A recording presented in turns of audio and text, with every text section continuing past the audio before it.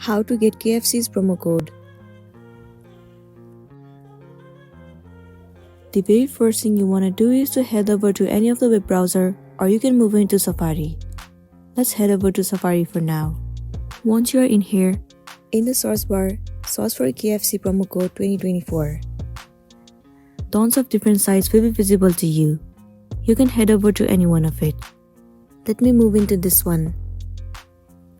It will redirect you to this page. So in this page, different coupon codes will be visible to you. Scroll all the way down and you'll get to see more of it. Different types of offer will also be available to you. From here, you can choose any one of the offer and head over to it. You can see the promo code will be available to you. All you want to do is copy this promo code. Once you have copied this promo code, what you want to do is head over to your application KFC. And when you try to buy something from KFC, the optional promo code will be available to you. All you want to do is paste the promo code that you have just copied.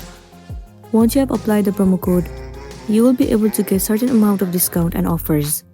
So that's it, and this is simply how you can get KFC's working promo code. I really hope this video is going to be helpful for you. Thank you for watching it till the end.